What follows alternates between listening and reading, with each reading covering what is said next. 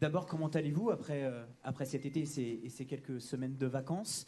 Et comment on se remotive en tant que joueur après la dernière saison, une dernière nouvelle saison incroyable avec ce club? Vous avez réalisé le back-to-back. Comment on se remotive avant le début d'une nouvelle saison? Merci beaucoup. Bonjour. Bien, très bien.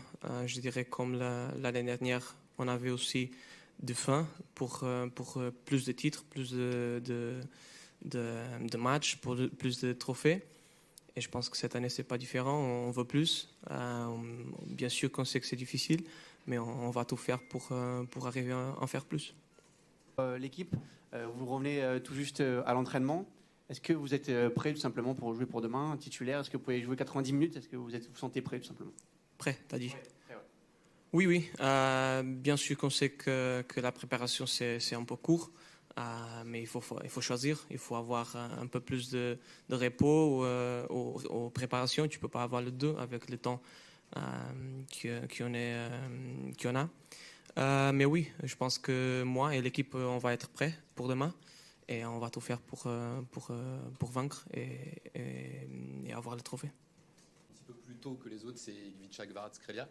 Dans quel état d'esprit tu l'as retrouvé quand tu l'as revu à l'entraînement? Est-ce que le fait d'avoir manqué la Coupe du Monde, ça lui a apporté un petit supplément d'âme supplémentaire au moment d'attaquer cette nouvelle saison, à ton avis? Je le vois très bien, avec d'envie. Ça faisait longtemps qu'il a pas joué, donc bien sûr qu'il avait beaucoup d'envie de jouer, d'entraîner, d'être là. Je pense un peu comme tous, mais peut-être un peu plus le joueur qui n'était pas dans la Coupe du Monde.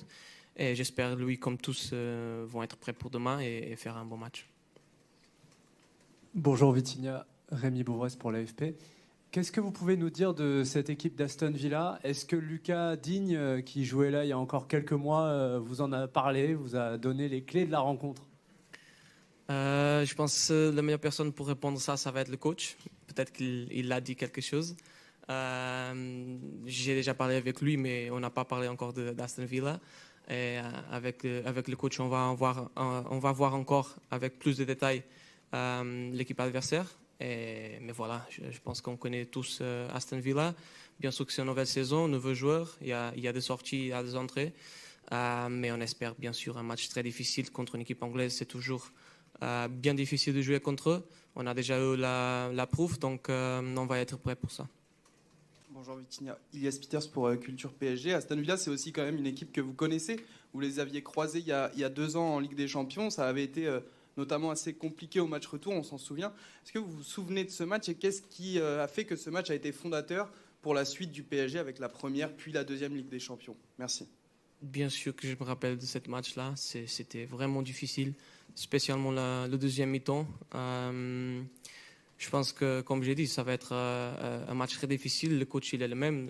Ça se passe beaucoup de choses dans 2 années, mais vu que le coach, c'est le même, ça va être un peu plus la même idée. Donc, comme j'ai dit, on va tout faire pour être prêt demain. Et on est conscient de la difficulté que ça va être.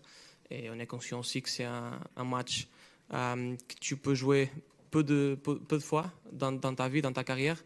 C'est bien difficile d'arriver ici dans une super coupe.